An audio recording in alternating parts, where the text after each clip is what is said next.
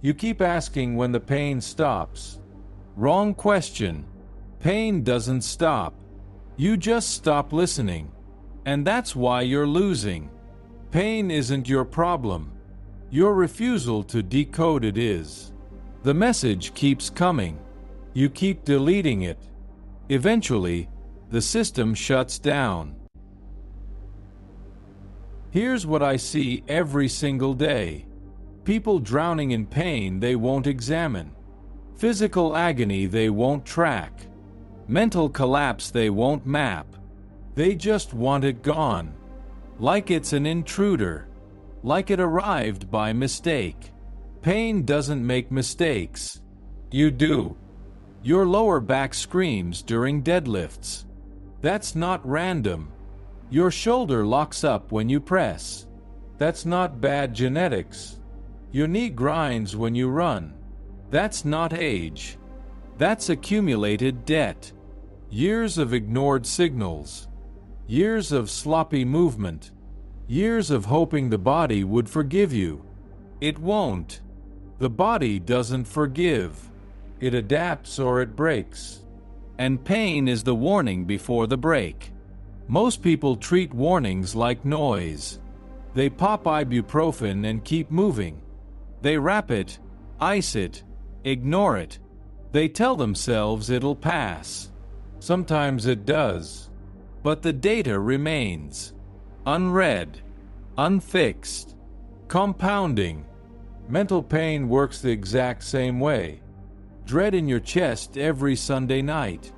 That's not a personality flaw. Panic when you check your bank account. That's not anxiety disorder. Rage that erupts over small things. That's not a bad day. Those are readouts. Your system is telling you something is misaligned. And you keep hitting snooze. I don't pretend to have this perfected. I've ignored my own pain plenty. Pushed through signals I should have studied. Told myself I was tough when I was just stubborn. Maybe that's why I see it so clearly now. You can't unfeel the cost of ignoring data. You just pay it later. With interest. Pain is the only feedback loop you can't opt out of. You can ignore your friends. You can dismiss your doctor. You can avoid your responsibilities. But pain finds you. Pain waits in the movement you need. Pain lives in the thought you avoid. Pain doesn't send reminders. It just gets louder. Until the volume is unbearable. And here's the part that makes it worse. Most suffering isn't even the pain itself. It's your reaction to it. The panic. The self-pity. The spiral into victimhood. You feel a twinge and declare yourself broken. You feel dread and call it a disorder. You take the raw data and drown it in narrative. The story you tell about pain causes more damage than the pain ever could. Let's address your favorite lie. I don't know why this hurts. Yes, you do. You absolutely do.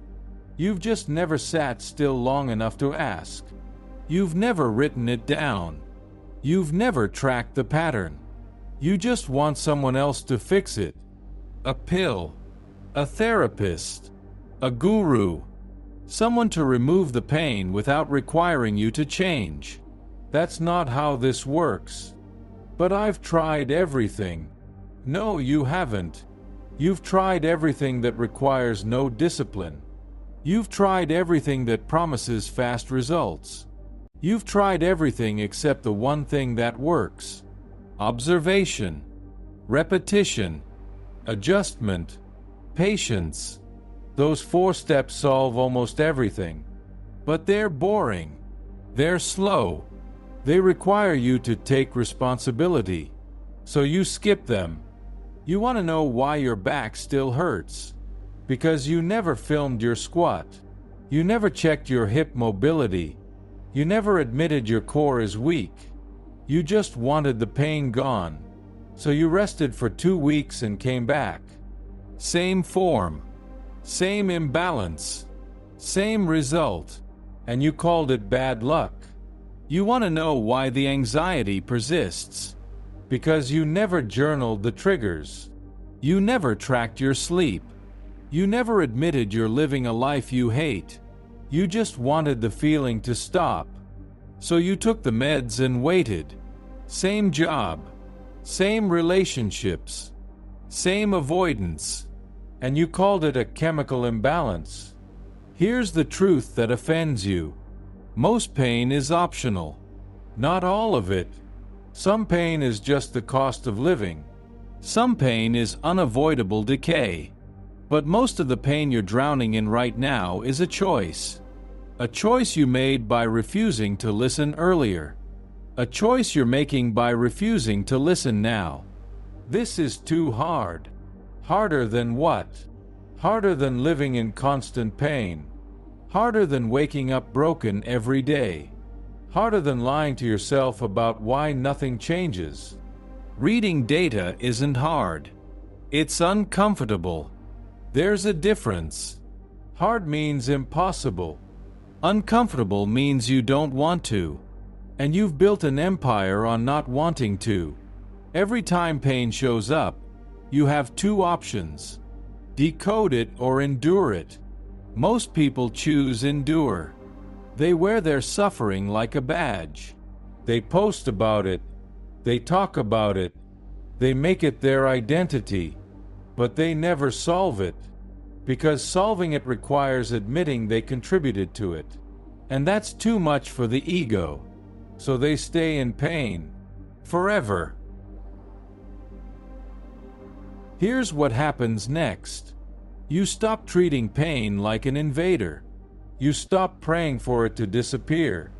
You start treating it like a teacher. A cold one. A brutal one. But a teacher nonetheless. Next time your body hurts, you map it. Where exactly? What movement triggers it? What movement relieves it? Does it happen every time or just sometimes? You write this down. Not in your head. On paper. Because your memory is a liar. Your memory rewrites the data to protect your ego. Paper doesn't lie. Next time your mind hurts, you track it. What time of day does the dread hit? What situation makes the panic spike? What thought sends you spiraling? You don't analyze it yet. You don't fix it yet. You just collect the data. For a week. Maybe 2. Then you look for the pattern.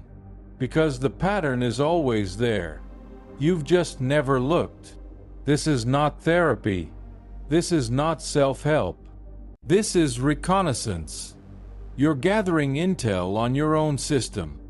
And your system has been trying to brief you for years. You've just been too busy complaining to attend the meeting. I won't tell you this is easy. It's not. It's tedious. It's humbling. It requires you to admit you've been wrong. About your training. About your habits. About the stories you tell yourself. That's why most people never do it. They'd rather suffer than be wrong. But here's the other side of that coin. Pain respected is pain reduced. Not eliminated. Not cured. But reduced. Managed. Controlled. You'll never live pain-free. That's a fairy tale sold by people who need your money. But you can live pain-informed. And pain-informed is powerful. Because once you understand the data, you stop being the victim. You become the engineer. You adjust the variables. You test the changes. You iterate. Some things work. Some things don't. But you're moving with intention now. Not reacting. Not hoping. Building. The clock is still running. Your body is still aging. Your mind is still vulnerable. Every day you ignore the pain is a day closer to permanent damage. Not scare tactics. Just math. Cartilage doesn't regenerate. Neural pathways harden. The window closes. And you keep standing outside wondering when someone will open the door. No one is coming. No one is going to decode your pain for you. No one is going to hand you the answer. You either do the work or you live with the consequences. Those are the only two options. There is no third path. There is no escape hatch. The data is waiting. It's been waiting. It will keep waiting until your system fails completely. And when that happens, the pain won't be data anymore. It'll just be noise. Constant.